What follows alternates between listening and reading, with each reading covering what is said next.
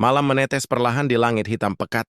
Kabut menari di antara pepohonan raksasa, menutupi jejak-jejak darah dan debu kemenyan yang belum sempat mengering. Di sanalah di kaki Gunung Sukamaya, berdirilah hutan larangan Watu Peteng, tempat di mana manusia tak lagi menjadi penguasa. Seorang lelaki muda berjalan sendirian di jalur setapak sempit. Namanya Rendra Wirajati. Di tubuhnya mengalir darah lama keturunan pawang petir dari masa kerajaan. Tapi malam itu, darah itu justru menjadi beban. Di tangan kanannya, ia membawa tulang rusa yang dibungkus kain merah, jimat peninggalan kakeknya. Dulu benda itu hanya dianggap peninggalan kuno. Tapi sejak bulan lalu, setiap malam Rendra mendengar bisikan dari dalam jimat itu, suara serak yang memanggil. Namanya dengan nada yang terlalu manusia untuk disebut roh, tapi terlalu dingin untuk disebut hidup. "Rendra, pulangkan aku ke akar bumi." Suara itu menggema di kepalanya. Dan kini ia berdiri di tepi hutan tempat bisikan itu pertama kali memanggil. "Jika memang kau ada," gumam Rendra lirih, "tunjukkan dirimu malam ini." Angin berhenti berhembus. Hening. Lalu dari balik kabut, muncul bayangan hitam sebesar manusia, tapi tidak berjalan, melainkan melayang rendah di atas tanah. Matanya memancarkan cahaya merah samar, dan tubuhnya bergetar seolah terbuat dari asap dan daging yang belum jadi. "Keturunan Wirajati," suara itu bergema, "darahmu memanggilku." Rendra menggenggam jimatnya. Ia menancapkan tulang itu ke tanah. Mantra lama terucap dari bibirnya, mantra yang tidak diajarkan siapapun, tapi muncul begitu saja dalam pikirannya. Tanah asal, roh penunggu, terbukalah bagi darah yang diwariskan. Tanah bergetar, daun-daun berjatuhan. Dari balik akar beringin raksasa, tangan-tangan hitam muncul mencakar udara, mencoba keluar dari perut bumi. Bau busuk menyesakkan dada, dan di antara jeritan angin, sesuatu bangkit roh leluhur yang dikutuk karena menyelewengkan ilmu pamungkas. Ilmu jiwangga hitam, kekuatan yang bisa menelan roh lawan hidup-hidup. "Kau memanggilku, cucuku," bisik sosok itu dengan senyum retak. "Sekarang, kau harus siap menanggung warisanku." Rendra tidak sempat menjawab. Tulang rusa di tangannya menyala merah darah, lalu meledak menjadi semburan kabut panas yang menyelimuti tubuhnya. Jeritannya pecah di udara, tapi di balik jerit itu, muncul tawa lain, tawa dari dalam dirinya sendiri. Kabut itu menelan seluruh hutan. Pohon-pohon berderak seolah ingin menjauh, dan tanah berdenyut seperti makhluk hidup yang sedang menahan amarah. Di tengahnya, Rendra berlutut dengan tubuh gemetar. Kulitnya terasa panas, urat-urat tangannya berpendar merah seperti bara di bawah kulit. "Jangan lawan." Suara tua itu berdesis di kepalanya. "Biarkan darahmu membuka gerbang." Rendra menggigit bibirnya. "Siapa kau sebenarnya?" Bayangan itu tersenyum-senyum yang terlalu lebar, retak, dan meneteskan cairan hitam seperti tinta. "Aku adalah Ki Jiwangga, leluhur yang dihapus dari naskah kerajaan. Aku dihukum karena menembus batas ilmu. Tapi kini kau membangunkanku." Petir menyambar di kejauhan, dan di dada Rendra muncul segilum tanda hitam, melingkar seperti mata ketiga yang tertidur. Dari tanda itu, hawa dingin menyebar, hawa yang bukan dari dunia manusia. Tiba-tiba, dari dalam kabut, muncul makhluk-makhluk penjaga hutan, wujudnya menyerupai manusia, tapi wajahnya rata tanpa mata maupun mulut. Mereka mengeluarkan dengungan rendah, seperti doa yang dibalikkan. Satu persatu mendekat, membawa bau tanah dan darah. "Itu penjaga gerbang," gumam Rendra. "Mereka menolak darah terkutuk seperti punyamu," jawab suara Jiwangga. "Kalau kau ingin hidup, pakailah ilmuku. Serahkan kendalimu padaku." Rendra menatap telapak tangannya yang bergetar. Di situ muncul api hitam dingin, tapi terasa seperti membakar jiwanya dari dalam. Ia menjerit, namun tubuhnya bergerak sendiri, seolah dikendalikan oleh sesuatu yang lebih tua darinya. "Mantra tembal bumi, Jaladri kalah." Suara itu keluar dari mulut Rendra, tapi bukan suaranya. Tanah pecah. Akar-akar beringin mencambuk keluar, membelit para penjaga, menarik mereka ke dalam bumi. Jeritan roh terdengar dari segala arah, lalu hening, kabut hancur. Dan Rendra berdiri di tengah lingkaran tanah gosong, matanya kini berwarna hitam legam dengan pupil merah menyala. "Sekarang kau tahu rasanya, cucuku," suara Ki Jiwangga bergema di pikirannya. "Kau bukan manusia lagi. Kau wadah ilmu terlarang." Rendra menatap telapak tangannya masih berasap. Ada kekuatan besar di dalam dirinya, tapi juga rasa takut yang tak bisa dijelaskan. Ia tahu mulai malam itu hidupnya bukan lagi milik manusia. Dari kejauhan terdengar suara lonceng kecil berdenting 3 kali. Lalu muncul sosok berjubah putih di antara pepohonan membawa tongkat bambu dan mata yang bersinar biru. Suaranya berat dan datar. Rendra Wirajati, kau telah membuka segel yang seharusnya tak disentuh. Maka atas nama persekutuan penjaga alam gaib, kau harus disingkirkan. Rendra berdiri di antara sisa kabut, tubuhnya masih diselimuti bara hitam yang berdesir seperti napas iblis. Di hadapannya berdiri sosok berjubah putih itu, Pendeta Jagat Prawira, salah satu dari 7 penjaga alam gaib, pelindung batas antara dunia roh dan manusia. Lepaskan roh yang menempel padamu, anak muda, kata pendeta itu dingin, sebelum jiwamu ditelan sepenuhnya. Rendra menatapnya, pupil matanya masih menyala merah, suara Ki Jiwangga berbisik di dalam kepalanya, dia musuh, dia penjaga yang membuangku ke neraka. Jangan percaya kata-katanya. Diam, bisik Rendra, memegang kepalanya yang berdenyut. Tapi bisikan itu semakin keras seperti ribuan suara dari dalam tanah. Balas dendam cucuku, gunakan ilmumu. Pendeta Jagat mengangkat tongkat bambunya. Ujungnya berkilau dengan cahaya biru kehijauan, menyalakan simbol-simbol mantra di udara. Purwaraga, sang hyang penolak iblis bangkitlah. Tanah bergetar. Dari lingkaran cahaya muncul sosok raksasa berbentuk manusia dari batu dan api biru, matanya kosong, tapi setiap langkahnya membuat bumi retak. Rendra mundur selangkah, lalu menggenggam udara, dan di tangannya muncul pisau bayangan, terbuat dari asap hitam yang berputar seperti pusaran arwah. Kalau begitu, suaranya rendah. Kau juga akan melawan. Ia menancapkan pisau itu ke tanah. Seketika muncul lingkaran darah di sekelilingnya, dan dari dalam lingkaran itu bangkit roh-roh penjaga keluarga Wirajati, tapi wujudnya kini berubah, berbalut api hitam, berwajah kosong seperti topeng arwah. Pertarungan pun dimulai. Api biru dan kabut hitam bertabrakan di udara, suara ledakan mantra memecah kesunyian hutan, pohon-pohon tumbang, tanah meledak, dan langit seolah ikut bergetar. Rendra berteriak sebagian karena rasa sakit, sebagian karena kekuatan itu terlalu besar untuk tubuh manusianya. Setiap serangan yang ia lepaskan membuat urat-urat di tangannya pecah, darah menguap jadi asap. Kau bukan musuhku, pendeta, teriaknya. Tapi kau membangkitkan musuh yang sudah dikutuk 1000 tahun. Balas pendeta Jagat dalam sekejap. Pendeta Jagat menancapkan tongkatnya ke tanah dan mengucapkan mantra pamungkas. Genta Pusaka, Pangkamaya Wening. Tutup gerbang iblis ini. Langit terbuka, cahaya putih turun menghantam tanah, menelan semua bayangan hitam di sekitar Rendra. Suara Ki Jiwangga menjerit di dalam pikirannya. Jangan biarkan dia memisahkan kita, cucuku. Sekarang, lepaskan segel terakhir. Rendra menatap telapak tangannya. Simbol hitam di dadanya berputar, lalu pecah menjadi sayap kabut yang muncul dari punggungnya. Ia menatap pendeta Jagat, matanya kini bukan lagi merah, tapi gelap seperti lubang tanpa dasar. Aku bukan cucumu, aku pewarismu. Dengan satu teriakan, Rendra menghantam tanah dan seluruh energi hitam meledak keluar, menelan hutan watu peteng dalam badai gaib. Ya, cahaya dan bayangan bertabrakan, membentuk pusaran raksasa di angin malam membawa aroma abu dan darah. Sisa-sisa hutan watu peteng kini seperti medan perang purba. Tanah retak, pepohonan hangus dan udara dipenuhi bisikan roh yang belum pulang. Di tengah padang abu itu, Rendra terbangun. Tubuhnya berat seolah ditindih batu-batu dunia bawah. Setiap napas terasa menusuk. Karena kekuatan hitam di tubuhnya masih mengamuk, mencari jalan keluar. Ia menyentuh dadanya, tanda hitam itu kini berdenyut seperti jantung kedua, memompa energi gaib yang tak seharusnya dimiliki manusia. Bangunlah cucuku, bisik Ki Jiwangga dari dalam pikirannya. Kau belum selesai. Para penjaga keseimbangan tidak akan diam. Langit tiba-tiba menggelap, awan bergerak cepat membentuk pusaran besar di atas padang abu.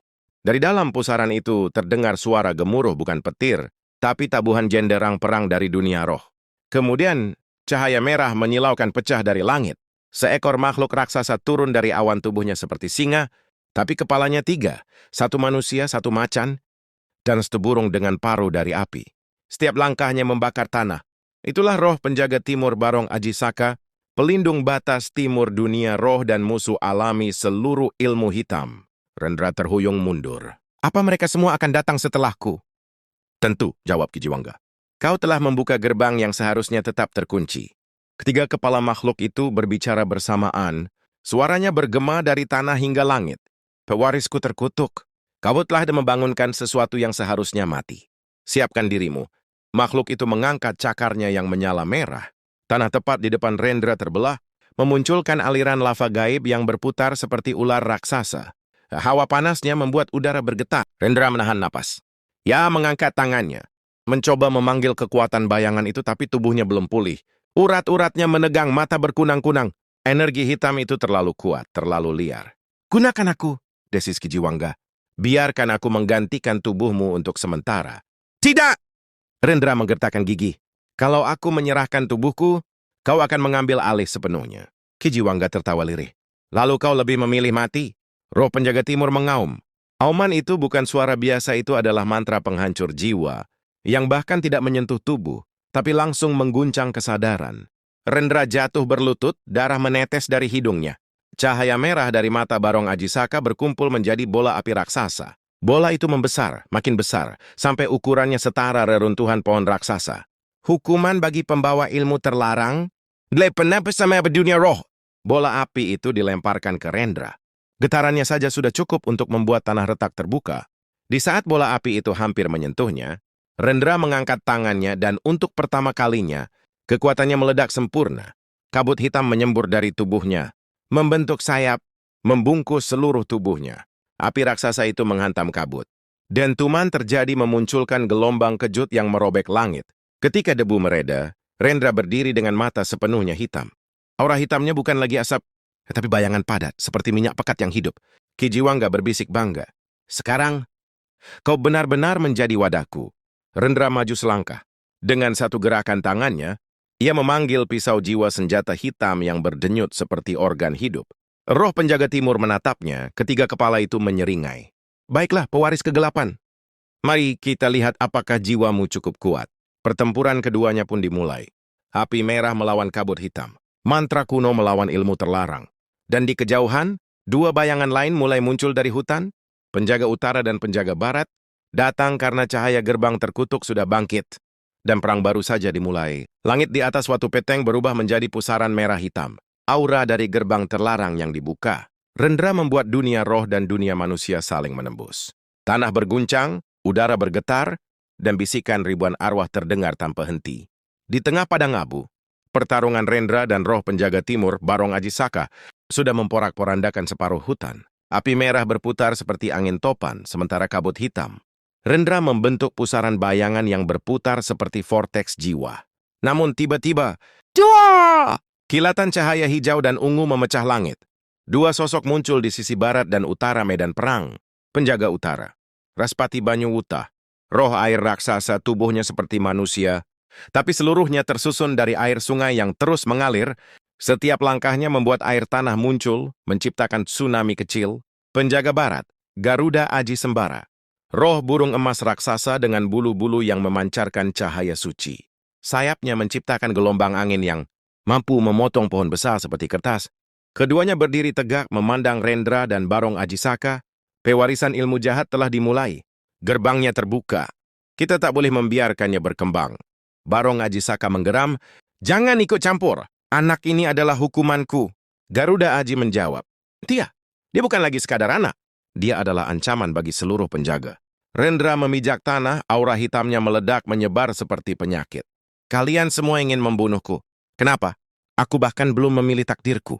Kijiwangga tertawa dalam kepala Rendra. Karena keberadaanmu sendiri sudah mengancam mereka, cucuku.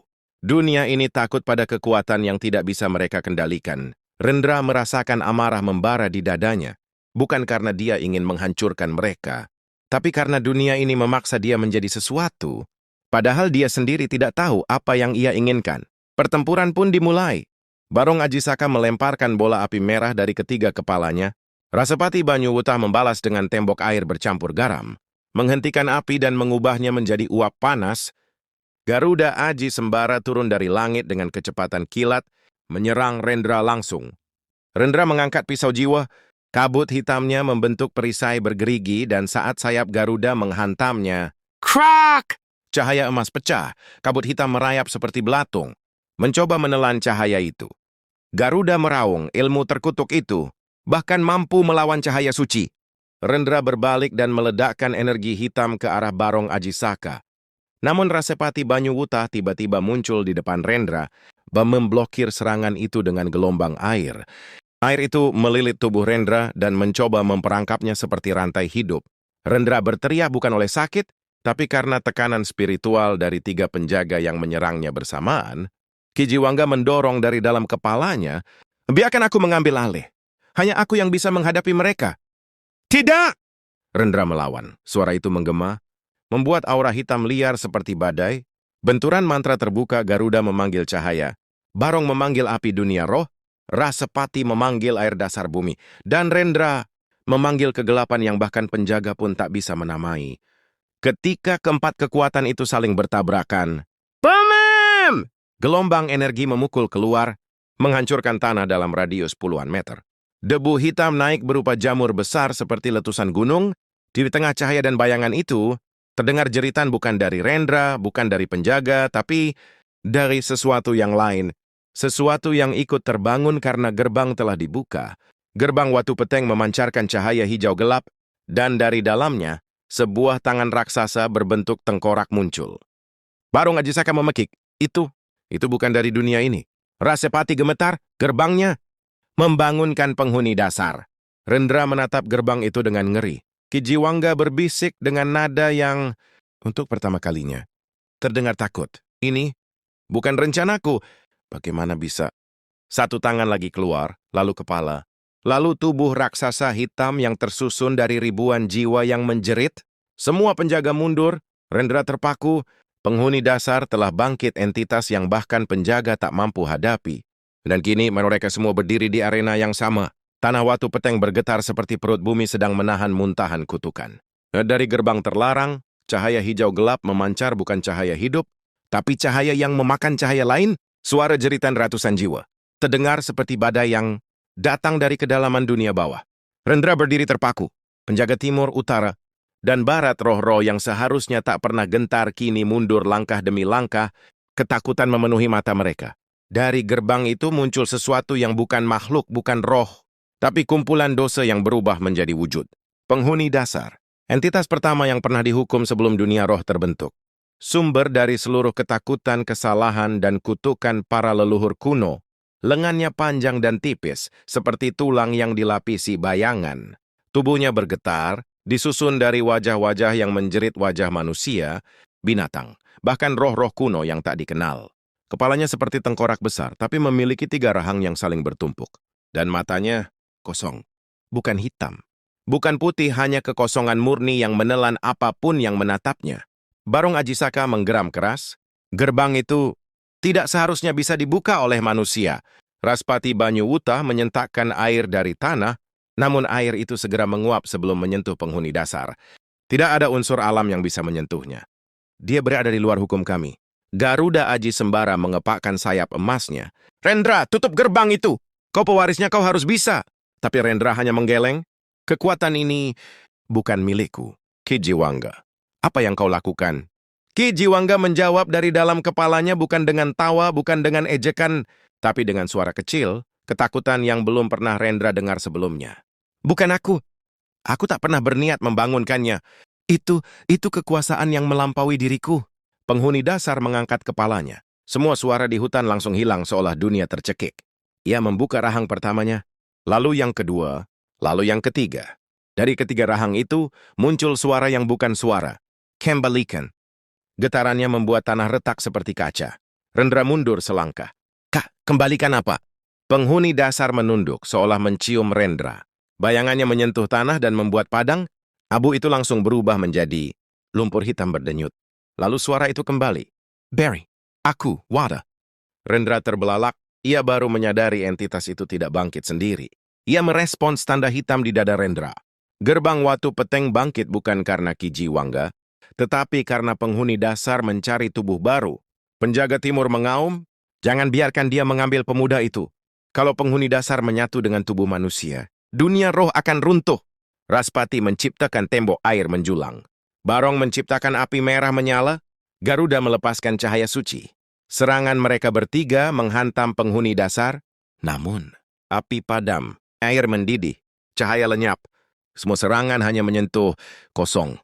Penghuni dasar menggerakkan jarinya hanya 1 jari, dan ketiga penjaga terpental sangat jauh, menabrak pepohonan dan batu besar, membuat kawah besar saat tubuh mereka menghantam tanah. Rendra ingin lari, tapi kakinya tak bisa bergerak. Bayangan penghuni dasar mengikat kakinya seperti lumpur hidup. Kijiwangga menjerit dalam kepala Rendra, "Jangan biarkan dia menyentuhmu. Kalau dia masuk, aku pun tak bisa menghentikannya." Tapi penghuni dasar sudah meraih wajah Rendra. Jari-jari kurus panjangnya menyentuh kulit.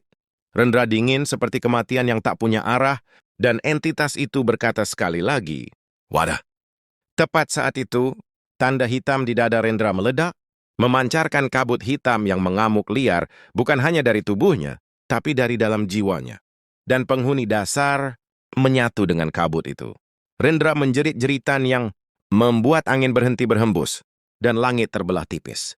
Tubuhnya melayang, kabut hitam di sekitar Rendra berubah menjadi bentuk-bentuk wajah yang menjerit, mirip dengan tubuh penghuni dasar. Matanya berubah menjadi kegelapan yang tak bisa dipahami. Kijiwangga berteriak, "Rendra, kendalikan! Jangan biarkan dia masuk sepenuhnya." Tapi suara lainnya menggelegar dari dalam tubuh Rendra.